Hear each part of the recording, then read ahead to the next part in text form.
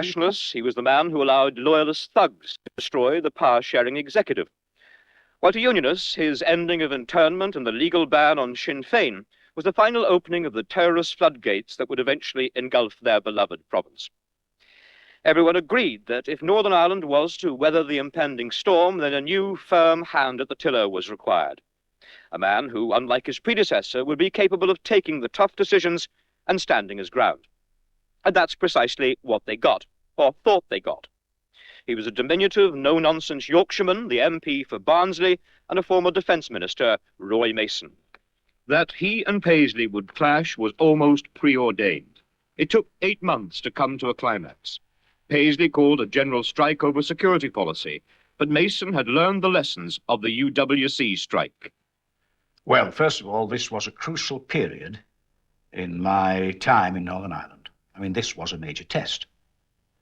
They'd succeeded on one occasion before I went there, under my predecessor's term of office. This time it was led by Paisley and Baird, and they intended to undermine the Secretary of State's position based on the fact they did not think he was doing sufficient on security. What had we learnt? First of all, that the Ballylumford power station was crucial to the running of the province. Had we got engineers that would be able to run it? I doubted it, and my advisors doubted it, including the military. So that was crucial to keep the Ballylumford power station working, and we knew that from the outset. That was one major lesson, but we also knew we hadn't got the technicians to be able to run it, especially enough of them. Because if the technicians went in, the Ballylumford power station workers would walk out en masse. So that was crucial. Secondly, is that we had preparations made for an operations room in Stormont Castle, where 8 o'clock every morning, General Officer commanding the troops, Chief Constable of the IUC and myself met, and we had overnight surveys made of the roads that were being blocked, what activities had to be taken by the IUC, UDR, people that we could bring in to clear the streets, make sure that workers could get to work. And I stayed in the province for 15 days, never left it, was excused cabinet meetings, parliamentary questions, statements in the House. We had to be on the job 24 hours a day and be able to tackle any incident that arose. That's crucial in the province. It's like when a bomb goes off and people are killed. It's necessary to take out the heat in the province as quickly as possible. So those were the lessons, to have the operations room ready, to be able to combat Paisley or anyone else in the province by a proper military operation, and above all, try and keep the Ballylumford power station working. But wasn't there something else, Lord Mason, and that is, on that occasion, there was a determination not to let the Loyalists walk all over the government, as they did in 74. Absolutely. Oh, there was a grim determination about that. I mean, that's why I was allowed to stay there and stay on the job and be excused all my ministerial duties back in Great Britain.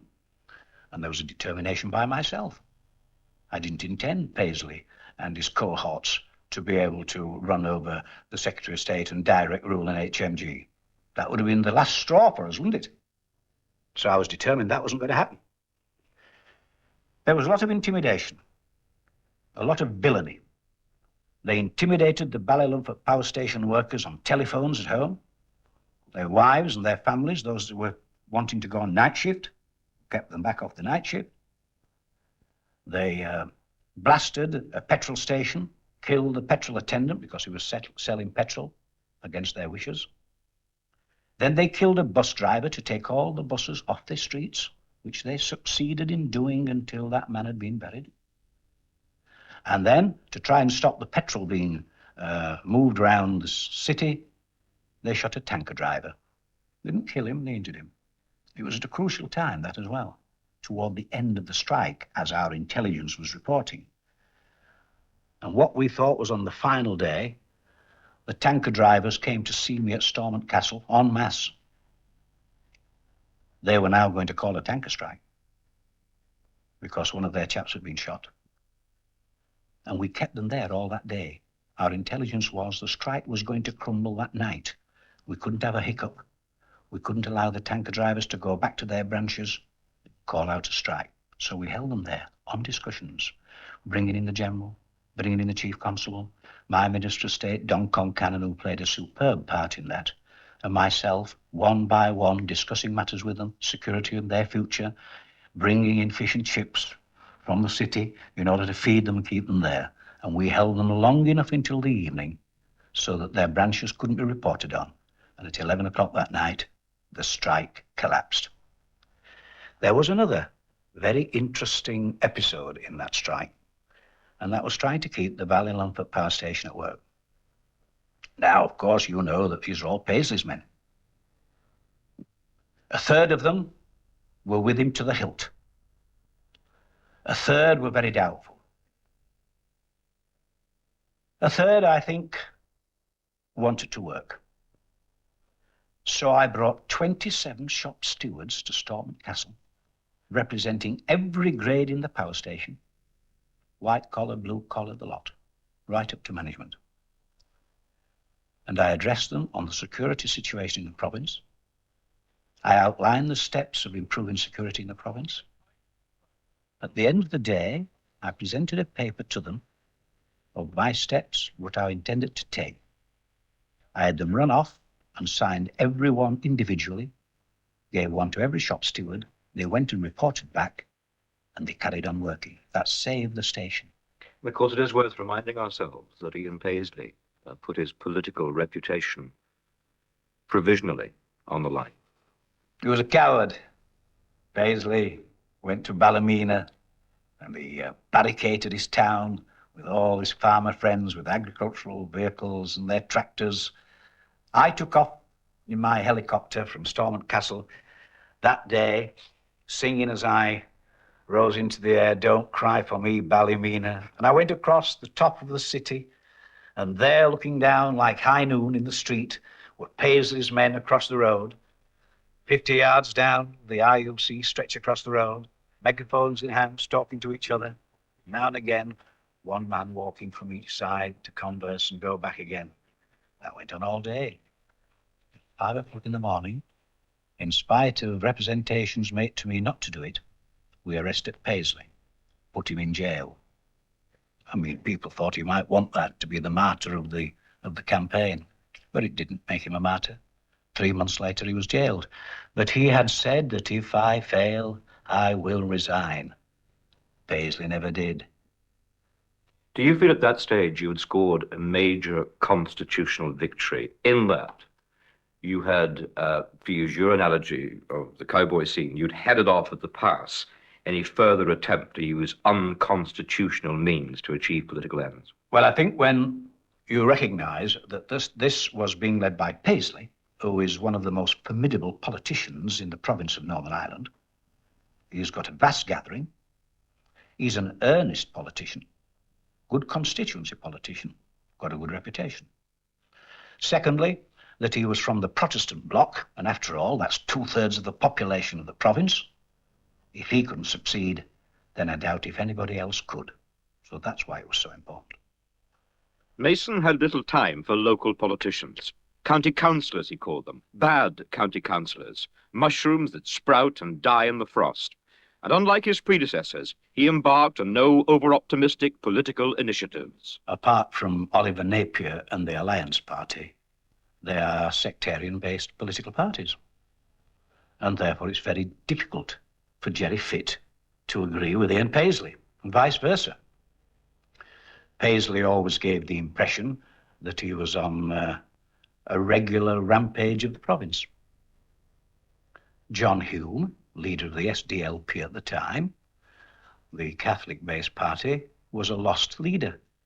He was spending most of his time in Dublin and in Europe because he'd been found a job with the commissioner from Southern Ireland, and therefore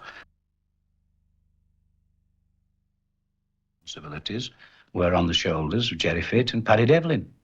And as you know, Paddy Devlin left even in my time. He was one of the mushrooms that grew and died.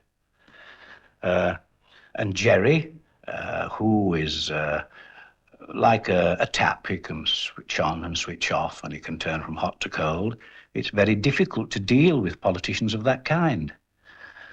So, during my time, working with the politicians was difficult, and there's no doubt about that. And there were times when they admired me and respected me, and there were times when they didn't want to shake hands with me, and that was true of them all. Jobs were a priority. John DeLorean promised 2,000. His Dunmurry dream proved to be a £70 million nightmare, but Mason has no regrets. Not at all. I'll tell you why. I gave 2,000 young men in West Belfast a glimpse of the future. They were taken into a factory, never having worked in their lives. They were trained, semi-skilled and skilled, to produce the most modern car in the world. They had the chance of knowing what work is about and training for a job is about. So it widened their horizons. It also showed that in West Belfast, that had been obviously neglected and ignored for years, it could happen. Jobs could come. A factory could be built. From a greenfield site to a modern car factory, it was all possible. It showed it could be done. So it wasn't all lost. We pass on to another area which was marked during your period in office, and that was your relationship with the media, particularly with television. And I think it's fair to say particularly with the BBC. What was the media doing that you felt it shouldn't have been doing, or not doing that you felt it should have been doing? Well, having been Defence Secretary and operated a de-notice system, whereby there's an understanding between HMG, Ministry of Defence, and editors of newspapers and television and radio, that if there's anything of a sensitive, secret nature comes across their desks, that under the de-notice system they would be obliged, if it threatened the security of the state or the defence of the realm, they wouldn't print it. The de-notice system. I wondered if that could work in Northern Ireland. And although many people said that was his desire, that's what he wanted, what I did do was to call in the editors of the newspapers and members of television and radio to Stormont Castle for dinner one night. And we talked about the problem. And after I'd heard them talking about the press that operates from Dublin and comes into Northern Ireland, and the operations of the RTE and radio that come into the Northern Ireland, it wouldn't be possible to impose any de-notice system in the province. It would be useless because of the impositions from outside. So I agreed at that dinner. It would not take place. I'm in favour of using any method to stop publicity for the Provisional IRA's propaganda machine. You call That's publicity the oxygen of terrorism. Oh, there's no doubt about that. Many of the incidents planned by the Provisional IRA, apart from their killing intent against the security forces, the IUC, the IUC Reserve, the UDR, and the UDR men that are off duty, soft targets, and public buildings and so on. There's always that propaganda they want, if it's a major bomb blast and major killings. Of course, they want the media of the world to know. What's the media to do? Is it to ignore the bombs? Is it to ignore the killings? Is it to ignore allegations, as happened in your time, of improper interrogation? There is something, there's something that can be done, just like they do in the Irish Republic, where they do not allow terrorists to appear on television. They don't allow terrorist scenes to appear on television. They've got a law against it. They've had a law against it for years. But in the United Kingdom, still proud of our democratic freedom of speech, and the media being able to allow quite freely, we've never done that. But I was prepared to look at it in Northern Ireland if it could have been done. Well, it couldn't. But there's something that can be done. And that is the media, television in particular, whether it's ITV, any channel, or BBC, doesn't matter what, is that you should not aid and abet terrorist activity. And I believe television does. Can we stay on that side of things and look at another important event? And I think you would say it was probably your greatest achievement. And that was the royal visit in August 77, when the Queen and Prince Philip were in the province for 2 days, under threat of terrorist outrage. It was a visit of considerable symbolic importance as well, was it not? Well, this was Jubilee year. Her Majesty was visiting England. and Scotland and Wales and due to visit Northern Ireland. The original plan was one day to come to Hillsborough Castle, investitures, garden party, and out again. I said no. As Secretary of State for Northern Ireland, I'm not going to have Her Majesty scurry in and scurry out of this province. This is part of the United Kingdom, just the same as the other provinces, Scotland and Wales and England. I wanted to be here for at least 2 days. That was my first difficulty. I'd got to impress upon the General Officer commanding the troops, the Chief Constable and the Palace that we wanted the Queen here for 2 days. Secondly, how was she to travel? By road? No, can't travel by road. The roads to Hillsborough are obvious. They could be mine. She'd have to come by helicopter. I don't think the Queen had flown by helicopter before. So that was the decision for Hillsborough. Then, pressing all concerned, I wanted a second day. It was agreed, therefore, it would be the Coleraine University, a visit to the university, the tour in the morning, and the garden party in the afternoon.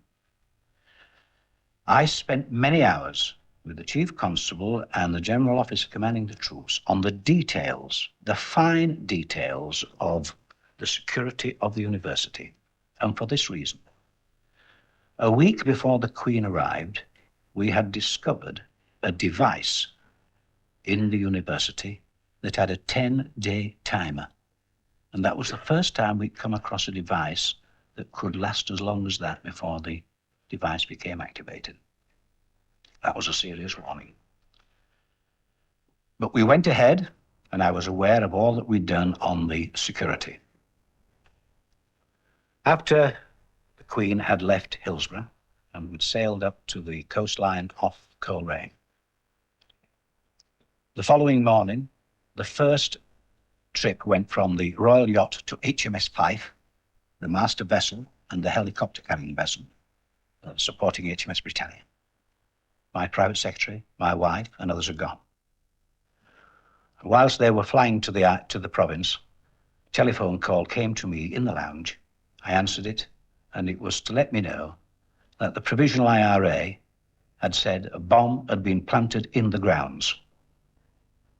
I waited a few minutes, had it checked, it was validated, it was true, and the code had been given to prove that this wasn't a hoax. Now, unbeknown to me, of course, having come down the staircase from the Queen's room was Prince Philip, listening into my conversation. Where is the GOC? In the air. Where is the Chief Constable? He's in the air too. They were flying to the university. So I had to take the decision. Couldn't ask the Prime Minister, couldn't call a cabinet meeting. The decision had to be taken on the spot. We were already running late. But aware of all the detail of security, I took the decision, and we went ahead. It was a very silent journey from the Royal Yacht to HMS Fife, with Queen, with Philip, with Lord Charteris, now Lord Charteris, the Queen's private secretary. No one spoke, but they all knew. We arrived at the university 11 minutes late. We went on tour, and the Queen actually went around 10 minutes faster than planned. There was no doubt about the nervousness that morning. Lord Charteris had then to make her happy because I had to leave and have another security meeting with the GOC and the Chief Constable to see whether Prince Andrew should be allowed to come to the guard party in the afternoon. And I said, everything will go ahead as planned. You see, we had swept that university clean. We'd been through all the pipes, all the air ducts. We'd taken every book out of the library and swept them clean. We'd had units of soldiers with bayonets drawn, and they went over every yard of the gardens where the Queen was to walk. So with all that factual material of security in my mind, I took the decision. It all went well. We left in the evening, and 4 hours after the event had closed, the bomb went off in the grounds.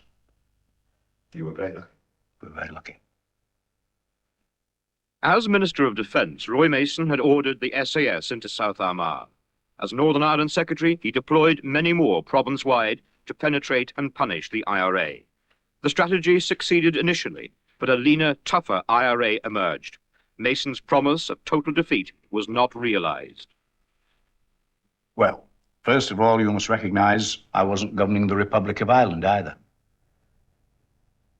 And that the terrorists in 1976, 77, 78 and 79, long before there was close cooperation between the IUC and the Gardaí, and of course the Irish Army were never involved, it was possible for them always to escape, rest, have their recreation and return, and they often did. And that's why it was called the bandit country near the border, because that's when they could raid and return, and that's what they were doing. So it's not possible to grip it all when it's not all within your province. That was one of the problems. Secondly is that you will probably be aware that after I left in 1979, there was a statement issued by the Provisional IRA headquarters, which appeared in magazines and on the front page of the Sunday Times, that had Mason stayed another 6 months, we would have been defeated. So I think they were being harassed much more than they'd been before, and they would accept that, just as I'm telling you that as a fact. Could I pass on to two areas which I think are germane to the political scene today? My memory may be playing me false, Lord Mason, but I remember in briefings and discussions that I had off the record with you, I think I'm right in saying that you took the view that the Republic of Ireland ought to have no more special place in the say and affairs of the UK and Northern Ireland, let's say France or Germany or any other EEC partner. Has my memory played me false on that, or was that the view you took at the time? I think you should look at it in two ways. I think that from Great Britain's point of view, Scotland, England and Wales, they would be treating the Republic as a foreign country, because that's what it is. It's got its own government, it's got its own law, it's separate from Great Britain. So a number of people in our country, Great Britain, would regard it as a foreign country. But in Northern Ireland, now we're talking about the whole of the United Kingdom, in Northern Ireland, of course, they wouldn't regard it as such, because people are flowing backwards and forwards all the time. Transport, communications, railway, roads, and they mix quite freely, so they don't regard it as a foreign country. But in Great Britain, many people would, and you can't escape that. It just happens to be a matter of fact. It also probably tinctures the mind of many people thinking about the Irish problem. And why isn't that country, says Great Britain, that foreign country, doing more about it to help us? Whereas people in Northern Ireland appreciate the reasons why it can't do much more. I mean, it's like the question of United Ireland. A United Ireland. Now, I tell you quite seriously, there isn't the possibility of a United Ireland in the foreseeable future. The most that a political party will say today, there can be a United Ireland, but it must be by the consent of the majority in the province. Well, you know that 1 million Protestants are not going to allow a United Ireland to take place by consent. And that's the furthest that political parties have been prepared to go. Secondly, I doubt whether it was Lynch or Hockey or any of the Taoiseachs of the past really want a United Ireland. They don't want the UVF and the UFF and the Red Hand Commandos in their bosom, do they? 1 million Protestants inside a United Ireland who would be very much against the Dublin government, as no doubt many of the members of the Ulster Freedom Fighters and the Red Hat Commandos are. So they're hesitant about a United Ireland too. A lot of people talk about it, but seriously, not many people want it.